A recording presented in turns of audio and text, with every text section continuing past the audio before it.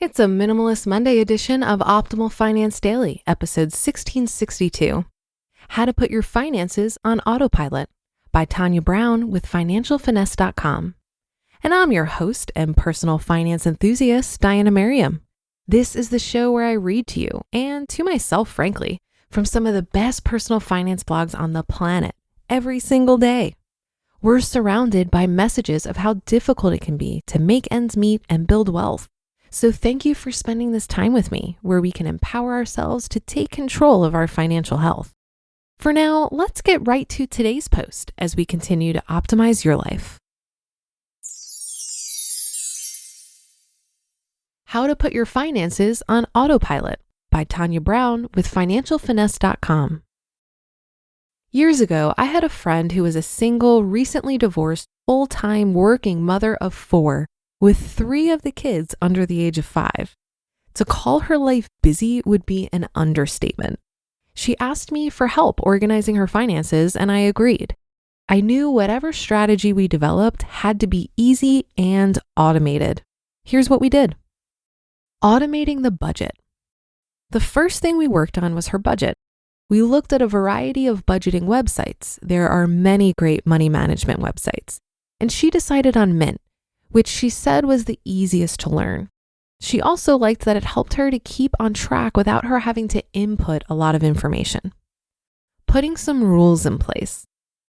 Once we got her information loaded and categorized her expenses, we made sure to put rules in place in Mint to continuously assign each expense to a particular budget category.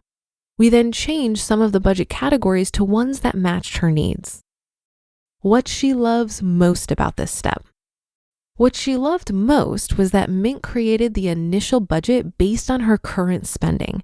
It was able to tell her when she got off budget, and it alerted her to high withdrawals or when she was close to maxing out her credit cards. This made her aware of her spending, so she could quickly develop a plan to pay off her credit cards. It also recorded all her credit card transactions, including an unapproved charge that she was able to get taken off. Automating bill payment. Next, we set up electronic bill payments through her bank. She was a little nervous about just setting up automatic payments with the vendors, so we decided to go this route, but it makes it as easy as possible. To get started, she entered each of her bills, including the account numbers and passwords to her online account. She then selected the e-bill option through her bank. Most of the bills took about 1 billing cycle to show up, but soon she was able to see all of her bills online. She also set up email reminders through her bank, so as soon as a bill arrived, she got the email. Once the e-bills were set up, she was able to log on to her bank and pay her bills in about 1 minute. When e-billing isn't an option. For the bills that did not have an e-bill option, she set up the bills manually and was able to still pay online, except the bank would issue a check rather than send the funds electronically. This is how she set up her childcare and mortgage payments, including reminders so she would not forget them. Instead of her having to mail a check or go to each child's daycare to make a payment, she could quickly go online to pay the bills. Automating emergency savings. The next thing we did was set up a savings account for emergencies. She recognized that she did not have the discipline to save with an account attached to her checking account. So we opened an account at another bank and linked it to Mint instead of opening it at her bank. Then she contacted her payroll department to automatically have a small amount withdrawn and put into savings.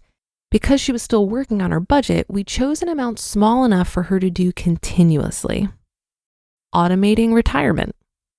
We then looked at her employer benefits and realized that she had not increased her 401k plan contributions in about 4 years. We did an auto escalate. This is a feature that allows you to automatically increase your 401k plan contributions annually up until you reach a certain amount. She initially was a little nervous about doing this until I told her that she can choose an amount that she's comfortable with, and she can always stop it if it gets to be too much of her paycheck. We chose to auto escalate 1% annually up until she got to 10%. Automating investing. My friend is about as hands-off as you can get when it comes to investing. She had not opened her statements in years. We talked and decided that a target date fund based on her retirement date was the best option for her. The fund itself does the rebalancing and adjusting, giving her a sigh of relief.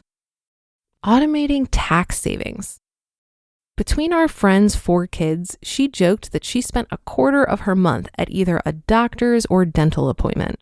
She then complained about the copays and always feeling blindsided by an unexpected medical expense. I mentioned doing a healthcare FSA, an account that allows you to put money aside pre-tax and then use the funds tax-free for medical expenses. She also set up a dependent care FSA for her childcare expenses as well.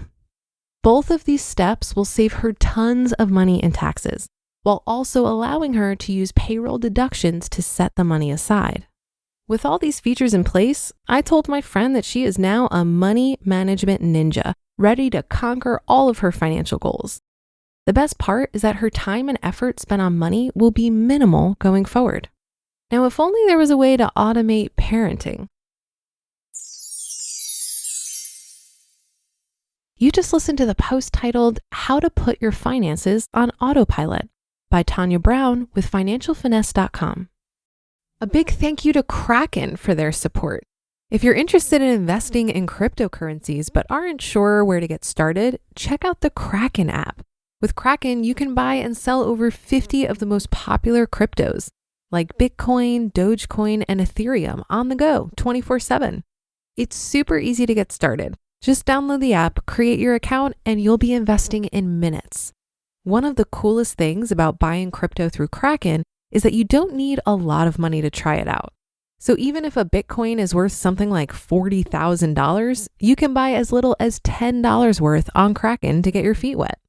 Find out for yourself why Kraken is one of the highest rated places to buy crypto for the last 10 years. Visit kraken.com/OFD now to learn more or search for Kraken in the App Store.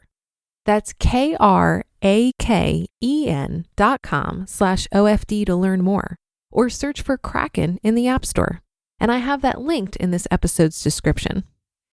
This article reminded me of a quote from the Financial Panther, who said, "My ability to save doesn't have to do with willpower or self-control. Instead, it's all about the systems I have in place to make my pool of money look as small as possible." End quote. I think this reiterates one of the key things to understand about money management. It all boils down to habits. Your habits surrounding how you spend and save money are much more impactful than the knowledge you may have about how money works. And automating your saving, budgeting, and investing is a great way to solidify those habits. For me, I set up some automation outside of my retirement contributions only after I had developed some healthier financial habits. When I was first getting control of my money, I logged into all of my accounts every 2 weeks when I got paid to monitor my spending, pay bills, and throw money at my debt. I could have automated my bills, for example, but I wanted to force myself to engage with my budget and foster more awareness around my money. Once I got a handle on it, I automated everything, and now I just check it once a month to calculate my savings rate and monitor for fraud. I share this because while I think automating is a powerful tool, it will be less useful the smaller the gap is between your income and expenses. When that gap is small is the time to pay close attention. And a great way to increase the gap is continually growing awareness around your spending and making adjustments. If you automate saving, for example, but then need to raid your savings account due to overspending, that automation is less impactful. That'll do it for today. Thank you for listening. Have a great rest of your day, and I'll be back for tomorrow's show, where your optimal life awaits.